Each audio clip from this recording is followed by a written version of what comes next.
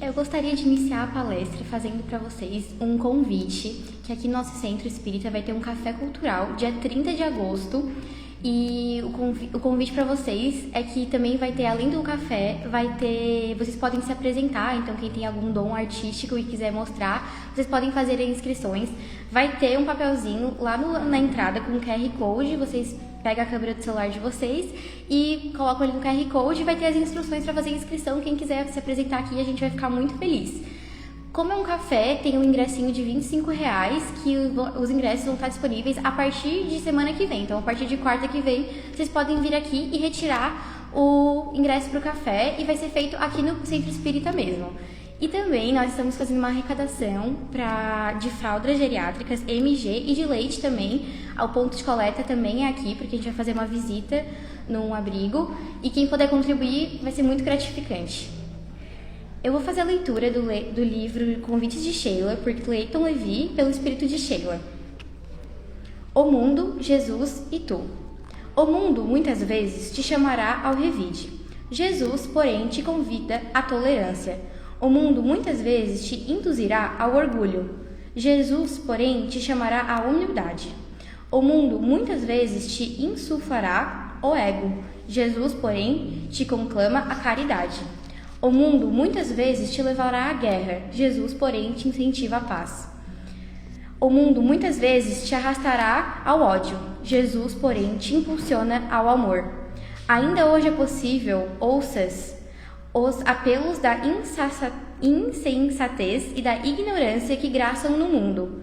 O Cristo que há em ti, porém, continua falando ao teu espírito, não para que te isoles do mundo ou desprezes a convivência com os teus semelhantes, mas para que tu, ouvindo a voz da razão e do amor, abençoes o mundo e teus semelhantes, oferecendo a todos mais paz e fraternidade, agora e sempre.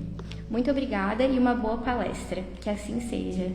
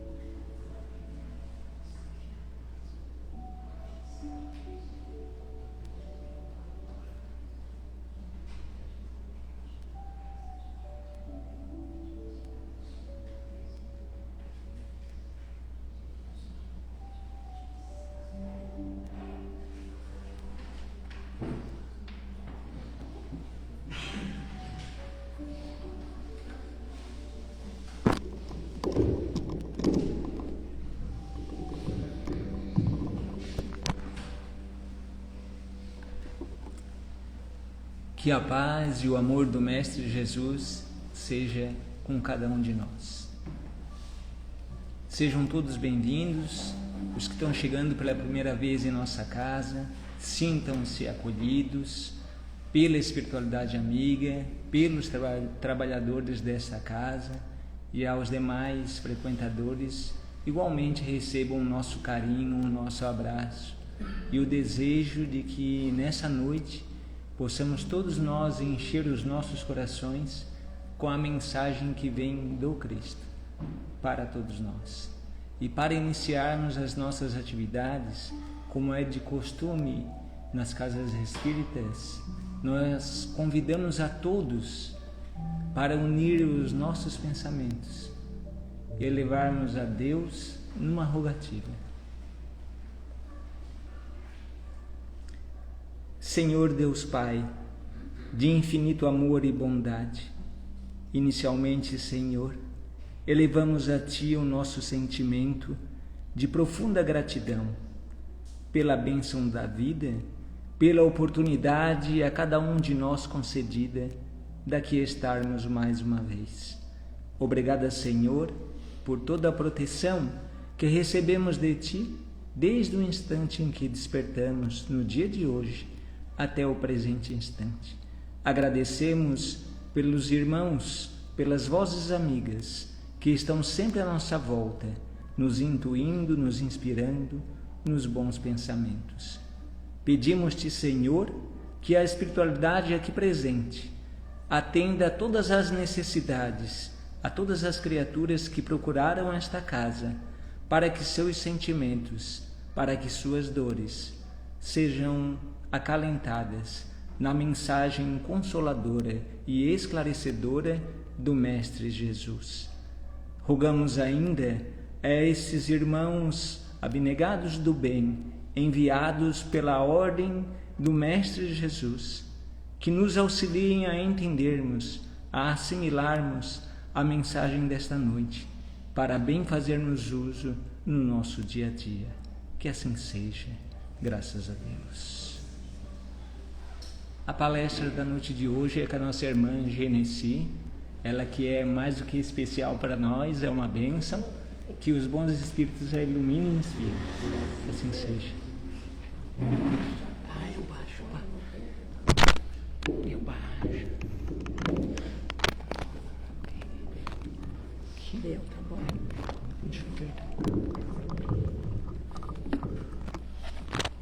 Boa noite a todos. Que a paz do nosso Mestre Jesus envolva todos nós que aqui estamos, encarnados ou desencarnados. Hoje nós vamos conversar um pouquinho sobre a conservação, que seria a conservação da vida, e a eutanásia. E eu vou começar com uma história, um fato verídico, que quando o Divaldo esteve aqui em Tubarão pela segunda vez, isso no dia 22 de 8 de 2007, no antigo, aqueles que havia ali perto do ginásio de esporte, ali perto do shopping, que já foi demolido. Então, essa palestra que ele deu foi muito boa. Ele falou exatamente isso, sobre a conservação e a eutanásia, nos contando um fato verídico. É claro que eu não vou poder entrar nos detalhes dele, que ele leva assim quase 2 horas para narrar e depois falar sobre. Aqui a gente tem uns 40 minutos. Então, o título da palestra era Em Favor da Eutanásia. Ele falou que no início no século XX, havia um homem, um moço chamado Tadeu Merlin, mas ele era conhecido mais por Merlin. Esse menino estava fazendo medicina, estava no 5º ano, e lá onde eles moravam, na Califórnia, era um lugar onde tinha, de vez em quando, umas tempestades, muita água, muitos galhos caídos, que, assim, incomodava o trânsito. E naquela noite, quando foi uma tempestade das muito tenebrosas, como se diz, O hospital ficou lotado, que era muita gente acidentada, muita gente que estava chegando. E o telefone do hospital onde ele estava estagiando tocou, a secretária ouviu e disse assim: impossível a gente ir até aí, o hospital está lotado, nós estamos sem plantão. Daí a moça disse do outro lado: não, eu sou parteira, eu estou tentando fazer o parto dessa senhora desde manhã, eu estou exausta e ela mais exausta ainda. Ela já não tem mais contrações, ela está desfalecida e eu não sei mais o que fazer. Se não vier alguém aqui me ajudar, os dois vão morrer, aos dois termos, que seriam os dois vão desencarnar.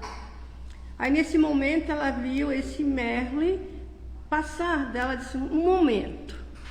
Aí ela disse para a mulher: me dê seu endereço, que eu vou mandar alguém aí.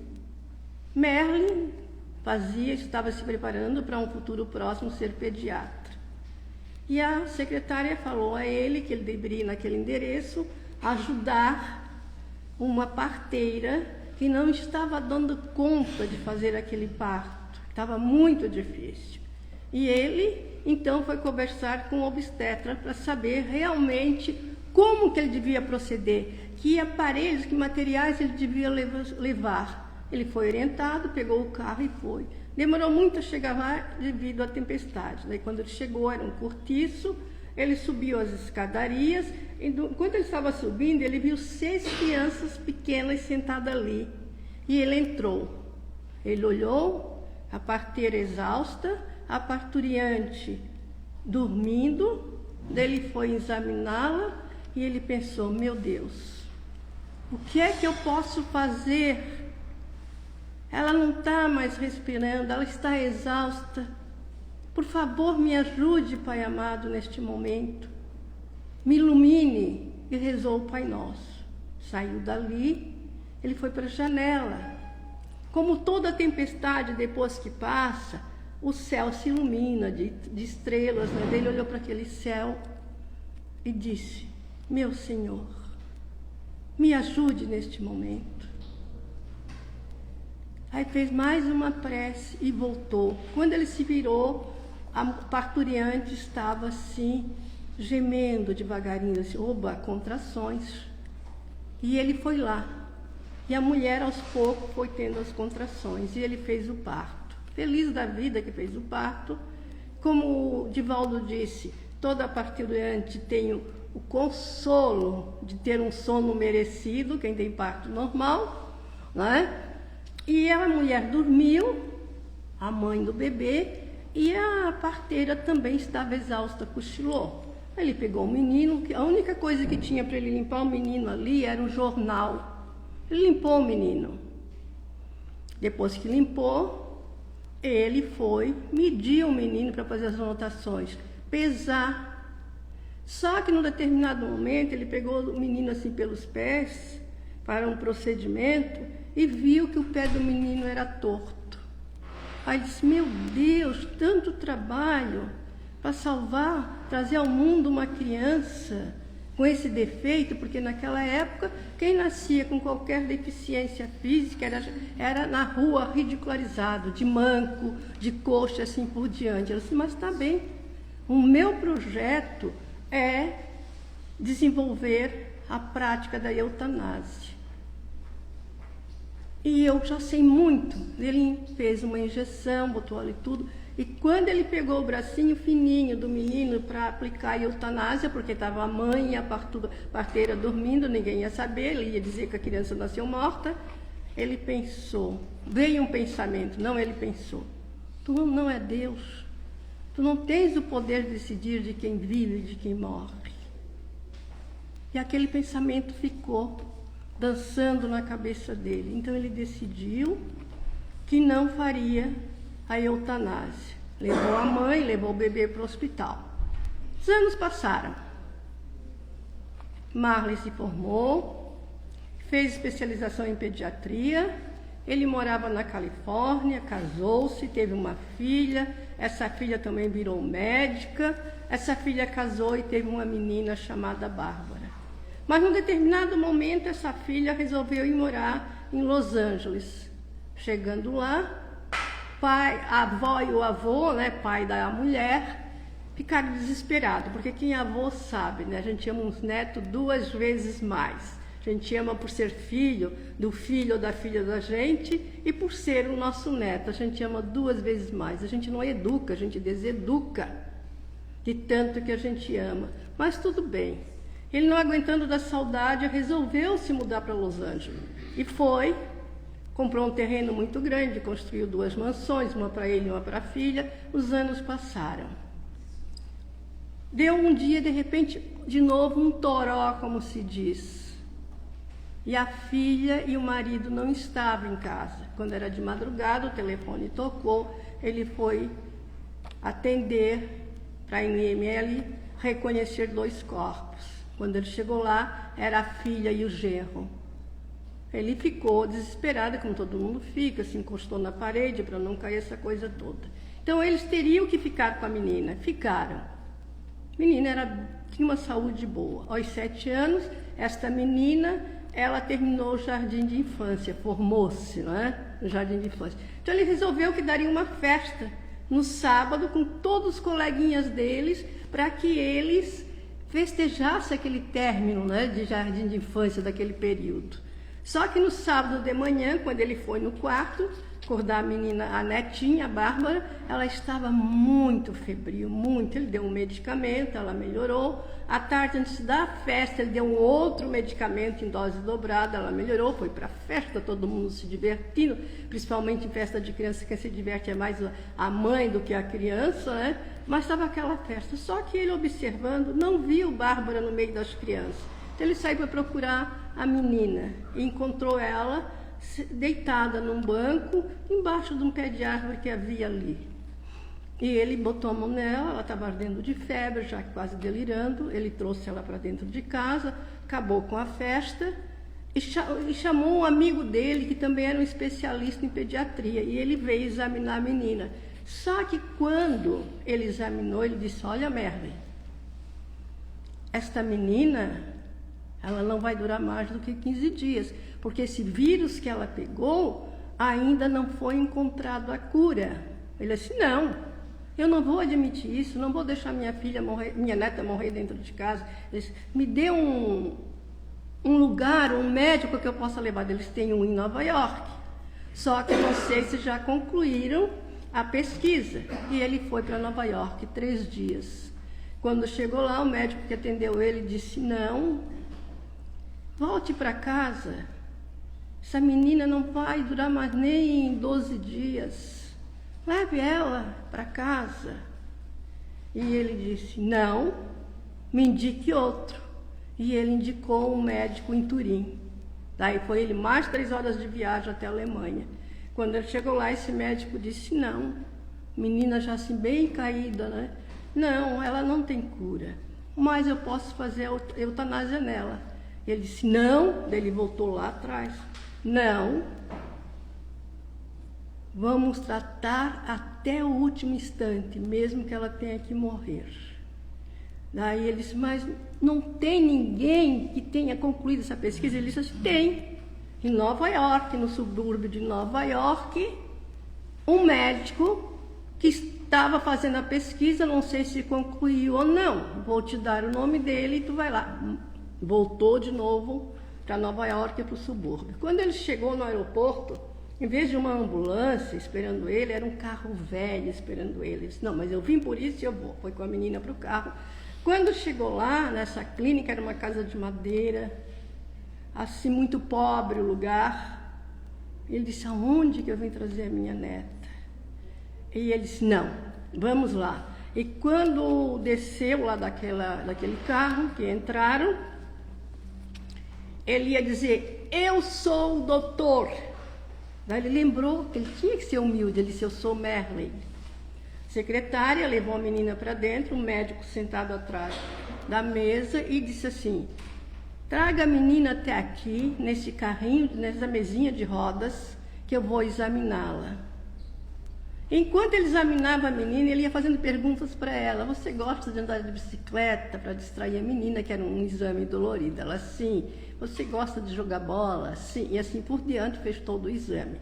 Daí ele olhou e disse assim, eu não testei ainda em seres humanos, só em animais.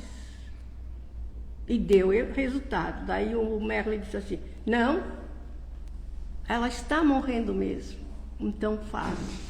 Aí ele pediu para a secretária botar um maiô na menina, e atrás do hospital dele tinha 2 piscinas, uma fria e uma morna.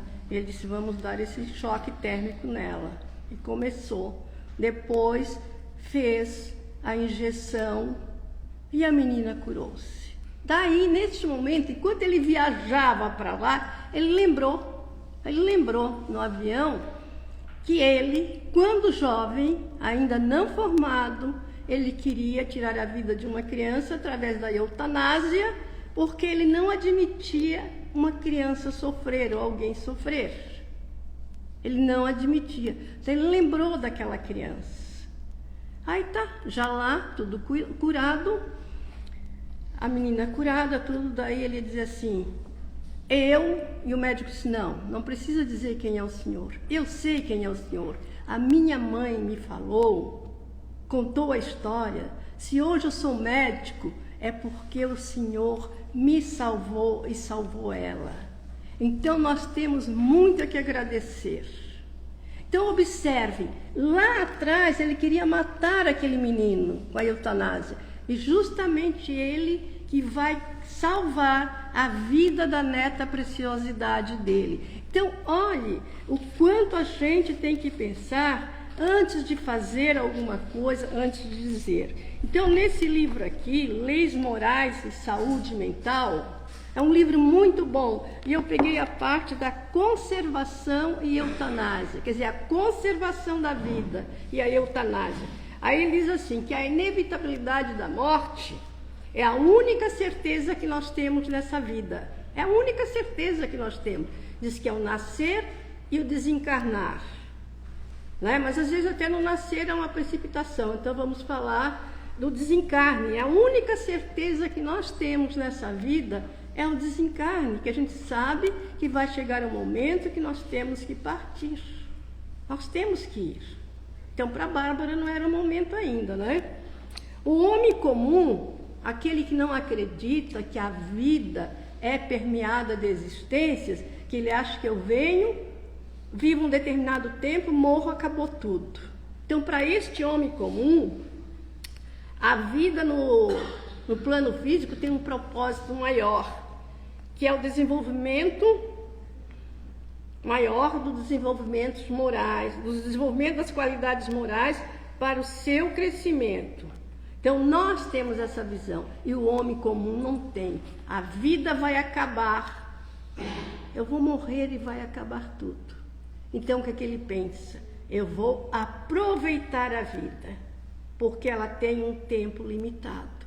Enquanto nós, espíritas, que temos assim um entendimento que nós estamos vivendo apenas uma etapazinha da nossa vida, da nossa caminhada, da nossa vida, porque, como eu falei, a vida é permeada de existência, e nós sabemos. Então, nós já começamos devagarinho a tomar um cuidado para que esse período que nós estamos aqui no planeta Terra, encarnado, revestido do corpo, nós possamos nos melhorar um pouquinho mais, nós possamos deixar de desenvolver em nós os sentimentos de gratidão, de reconhecimento, né? Então, enquanto que o homem comum não pensa isso, o homem comum pensa em adquirir, no ter, e não no ser. Aí está a diferença. E o homem comum, ainda dentro desse contexto, se ele vier a ter um sofrimento muito grande, no nosso país ainda não é permitido, mas tem países que a eutanásia já é permitida. Então, o que é que ele faz? Como ele tem recursos, como ele acredita que a vida vai acabar por si só, ele pede para ser feita uma eutanásia nele. Então, dentro desse contexto, a dor para este homem comum, que não tem fé, Porque, por exemplo, eu pelo menos fui criada acreditando que quando a gente morria, ou a gente ia para o inferno, ou para o purgatório, ou para o céu para tocar harpa, né? Difícil para nós que não tocamos harpas, mas lá como hoje nós tínhamos que tocar harpa, né? Foi isso que eu aprendi no catecismo. Só que essas pessoas que não acreditam na eternidade da vida, eles pensam dessa forma: tocar harpa, purgatório, inferno é indiferente. Não vou voltar mais, então vou fazer tudo que eu tenho vontade, agora eu não quero sentir dor, vou pedir para que faça uma eutanásia em mim. Então, dentro desse contexto de que a dor e o sofrimento sejam erros, aí é que nasce a ideia da eutanásia. Dentro desse contexto de pensar que a dor e o sofrimento são para prejudicar. Enquanto que nós, dentro da doutrina espírita, aprendemos que é através da dor, que é através do sofrimento que nós nos melhoramos, que nós nos tornamos um pouquinho mais nobre de coração, que nós valorizamos a vida, que nós investimos na nossa saúde e que nós temos a consciência de que nós estamos aqui já sabendo o que nós vamos passar. Porque quando a gente desencarna, lá no outro plano, quando chega quase a hora da gente voltar de novo, voltar de novo é uma redundância, né? De voltar, a gente faz um projeto, um plano reencarnatório.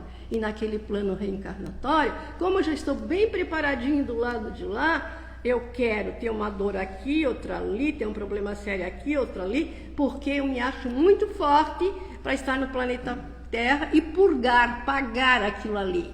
Então a gente faz um plano que às vezes que a gente tem pessoas que vêm que ficam a existência toda doentes, internadas, vêm para casa, voltam para o hospital. Pessoas assim que não têm nem condições de caminhar, né? Por quê? Porque a gente precisou desse plano, desse projeto, para que a gente evolua um pouquinho mais e quite as dívidas de vida anterior, de existência anterior, vida anterior. Vida é uma só, né? Então, a doutrina espírita oferece outra possibilidade de visão, que é a dor e o sofrimento, que são necessários para o nosso progresso, para a nossa evolução. Então, quando nós estivermos com uma dor, com sofrimento moral ou físico, a gente tem que entender que nós pedimos e nós vamos ter que seguir. Não quer dizer assim, então porque eu assumi esse compromisso, eu não vou me tratar. Não, para isso existe um médico da terra. Então a gente tem fé, pede auxílio do mundo maior, mas vai ao médico e toma o remédio que ele está solicitando para a gente, que ele está indicando. Então, este é o esclarecimento da doutrina. Não é porque nós viemos aqui que nós não vamos ter dor. Vamos ter sofrimento se for do nosso planejamento. Mas também temos que ter o entendimento que nós temos que procurar recursos médicos, não é? Para que ajude a melhorar. Ele continua: os estados terminais e as doenças incuráveis não são acidentes do acaso, e sim situações necessárias para a educação do nosso espírito. O nosso espírito, quando a gente tem uma doença, uma dor de dente, que é coisa pior, a gente fica desesperado, a gente quer um dentista para tirar aquele dente, não importa nem que seja o da frente, quer tirar e pronto, né? O desespero. Então, quando a gente tem uma dor, a gente se desespera a tal ponto que a gente não pensa que nós viemos passar pelaquela dor. A gente não pensa. A gente quer logo resolver a situação. Então, da mesma forma como o nascimento de uma criança é previsível, a nossa dor também é previsível. Nós sabemos que um dia vamos ter. Existem privilegiados que não têm uma dor durante a sua existência e que morrem dormindo de um AVC, de um infarto. Tem esse privilegiado. Tem muito disso, mas a maioria não tem esse privilégio. A gente já começa muito cedo tendo dor aqui, ali e acolá. Mas temos que ter esse entendimento. Então Kardec, ele diz: o materialista que não vê senão o corpo e não considera a alma, não pode compreender essas coisas. Mas o espírita que sabe o que se passa além do túmulo conhece o valor do último pensamento. Então nós temos a obrigação de conhecer o valor do último pensamento. Nós temos a obrigação. Dentro da perspectiva atual da nossa sociedade humana, a grande verdade é que nem o médico, nem o indivíduo comum tem o preparo para lidar com a morte. E não tem. Nem o médico e nem nós ainda não temos. Quando nós temos um familiar ou alguém próximo que está no final da sua caminhada, a gente ainda sofre muito. A gente ainda tem muita saudade. Não é? E o médico, dificilmente o médico fica com o seu paciente até o momento que ele vai ter o expirar, que ele vai desencarnar. Ele não fica. Geralmente quem fica é a enfermagem, é o enfermeiro ou a enfermeira. Ele não fica. Por que ele não fica? É porque ele não tem estrutura para ver, para sentir, perceber que ele não conseguiu curar aquela pessoa. Por isso ele não fica. Né? Por isso que ele pensa que é uma onipotência, que o médico é onipotente, mas não é. Não é. E a partir do momento que o médico ter esse entendimento, que ele vem para ajudar, para curar em determinadas situações, mas em muitas ele só pode aliviar um pouquinho a dor daquela pessoa. Ele não precisa se culpar, não precisa se afastar do paciente na hora da morte, mas ele se afasta. Se afasta e quem fica é o enfermeiro, que não tem o contato direto com ele. E isso não é por negligência, é porque ele se sentiu que não foi bom o suficiente para curar aquela pessoa. O que diz a doutrina espírita?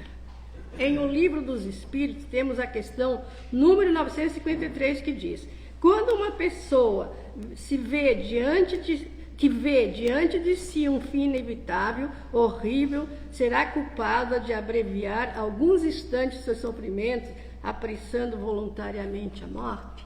Então, diante de tudo que nós falamos aqui, será que a gente tem? Não, não temos. Porque às vezes naquela fração de segundos, eu ainda vou sentir uma dor tão forte, ou vou olhar no meu pensamento para trás e vou reconhecer e pedir perdão de tudo que eu fiz de ruim para uma determinada pessoa. Então, às vezes, por 1 segundo, por 30 segundos, nós prejudicamos toda uma encarnação de 70, de 80 anos. Então, não podemos, de jeito nenhum, é que é respondido nessa pergunta do Evangelho, de jeito nenhum abreviar a nossa morte. Nós temos que ter força, vontade, dignidade de pensar quando a gente estiver. Peço a Deus que a gente nunca esteja nessa situação, mas se estivermos, a gente tem que pensar: Deus está comigo. Eu pedi para essa situação. Me dê força, coragem e determinação para passar por esse momento. Permita que eu esteja sendo amparada pelos anjos de guarda, por médicos do alto. A gente tem que pedir auxílio, mas já preparado. Mas continuando, ele diz: é sempre culpado aquele que não aguarda o termo que Deus lhe marcou para a existência? Claro que ele é sempre culpado. Se ele veio para viver 89 anos, não foi para viver 87, 11 meses e 28 dias, não foi. Ele veio para viver até os 80 anos, até os 90, até os 100, tem gente que vai 110, 115. E se antecipar um minuto sequer, toda aquela caminhada se perde. E ele diz ainda: o prisma da imortalidade amplia a noção do assunto sob o olhar materialista. Então voltamos ao início. O materialista, diante do sofrimento, ele tem a certeza que ele pode interromper aquele sofrimento. Então eu digo, nós temos essa clareza, nunca vamos poder interromper. Pergunta número 6 do livro O Consolador de Emmanuel. A eutanásia é um bem nos casos de moléstia incurável? Todo mundo sabe a resposta. Claro que não é. Por quê? Porque nós precisamos cumprir o nosso projeto de reencarnação. A agonia prolongada pode ter finalidade preciosa para a alma e a moléstia incurada pode ser um bem incurável? Pode ser um bem para eu retomar a minha caminhada do outro lado. A gente vê tanta gente tão doente, com tantas dores, no auge da existência, e não tem uma queixa. Se resigna de tal forma que ele parece que sabe, ele sabe, não parece, que chegou o momento dele partir. Eu já vivenciei uma situação dessa. Um irmão meu, graças a Deus que ele era espírita, ele teve 3 meses e 15 dias de vida. A gente não viu um dia aquele homem reclamar do sofrimento que ele estava. Então eu digo assim, eu não vou sofrer porque ele deu um exemplo de resignação. Claro, tenho saudade, me lembro, mas o que pega o meu coração é a resignação. Estou falando esse exemplo porque muitos de nós ainda vão passar por muitas dores. Então, o principal é a resignação. Aí, indo lá para frente, que já estou meia hora aqui falando, daí ele diz: podemos classificar o sofrimento do espírito como a dor, realidade, tormento físico de qualquer natureza, como dor e ilusão? Ele diz: em verdade, toda dor física colima o despertar da alma para os seus grandiosos deveres. Olha, o objetivo de toda dor física é fazer a gente despertar para os nossos grandiosos objetivos. Que o nosso objetivo, a gente sabe que um dia vai desencarnar, então nada de antecipar. Quando chegar aquele momento, a gente sabe que vai encontrar coisas boas. Aí ele diz: muitos conflitos emocionais nascem da falta de equilíbrio entre dimensões matéria e espírito. O ser humano devia cuidar do espírito. Como que eu vou cuidar do meu espírito? Ter uma atividade vinculada à espiritualidade. Abastecer-se através da prece, da meditação e do estudo da doutrina espírita. Este é o aconselhamento que este médico, que é o autor deste livro, de vários livros já, nos deixa. Cuidar da matéria, mas tudo com base no Evangelho, no livro dos Espíritos, no livro dos Médiuns, né? Então tudo baseado. Cuidar da matéria. Como é que nós vamos cuidar da matéria do nosso corpo? Ele diz: ter uma postura no mundo, buscar o crescimento onde estiver, na profissão, não importa qual profissão nós tenhamos, nós temos que crescer ali dentro. E como é que eu vou crescer dentro da minha profissão? Ficando melhor a cada dia. Na família, melhorar a sua qualidade de vida dos outros que o cercam. Somente na família. Às vezes tem gente assim que chega tão cansado do trabalho que não quer ouvir nem um filho chamar, e se a mulher não fez a janta, não arrumou as roupas dele no banheiro, já fica uma fera. Não, a gente vai ter que aprender a dominar esses sentimentos. Cuidar da matéria, ter uma postura no mundo, buscar o crescimento onde estiver, na profissão, na família, melhorar sua qualidade de vida e a dos outros que o cercam. Então, nosso objetivo é fazer com que aqueles que estão à nossa volta fiquem sempre bem, mesmo diante da dor, a gente tem que ser um amparo. Voltar seu olhar para os céus, desenvolver asas para nutrir-se de valores essenciais, a fim de atender sua vocação de espírito imortal. Então, eu tenho que zelar pelo meu espírito que é imortal. E zelar como? Andando na linha reta, tendo sentimentos fraternos, amor, paciência, compreensão, tolerância, né? Ter os pés firmes no chão, não perder o passo de sua condição humana, que em nada nos diminui, e sim nos engrandece. Não importa em que situação a gente esteja, a gente tem que colocar o pé no chão. Eu vim para ser essa pessoa nesse período, neste corpo, e tenho que passar por essas dificuldades, sempre pedindo força para continuar. Voltar seu olhar para os céus, desenvolver asas para nutrir-se de valores essenciais, a fim de atender sua vocação de espírito mortal, de espírito imortal.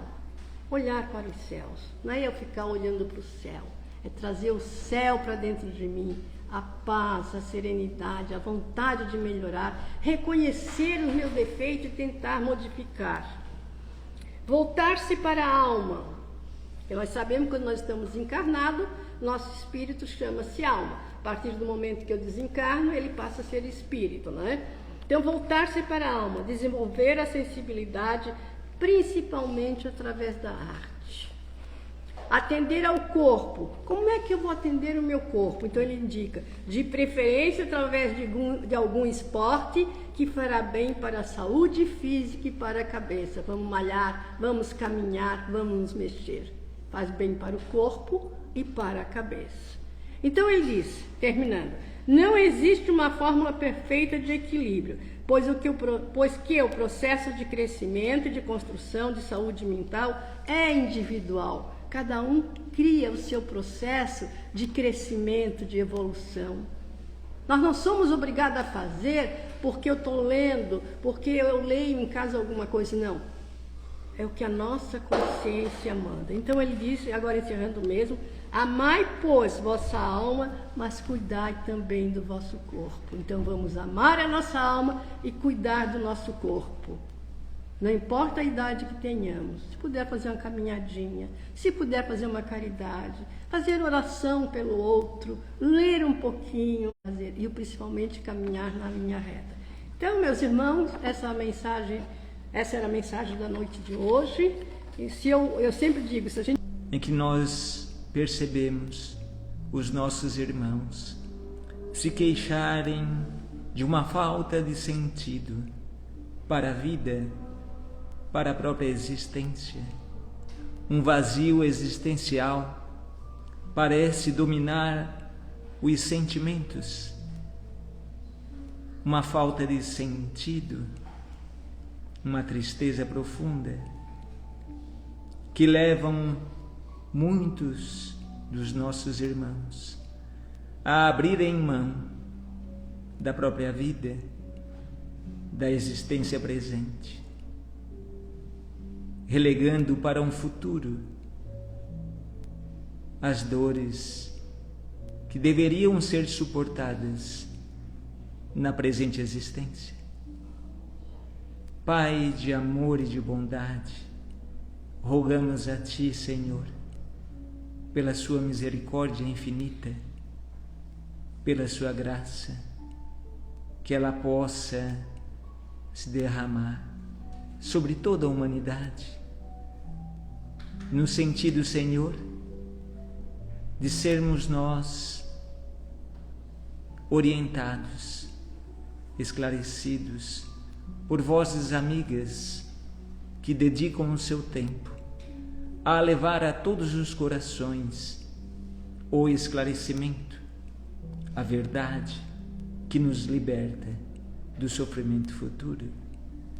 Por isso, Senhor Deus Pai, por isso, Mestre Jesus, nós te agradecemos de todo o coração por essa abençoada doutrina, a doutrina espírita, que nos rasga o véu da imortalidade, que nos descortina uma nova existência. A vida continua após a morte. Essa doutrina que nos faz compreender o sentido da vida, a nossa natureza, porque aqui estamos, qual o nosso objetivo, o nosso propósito.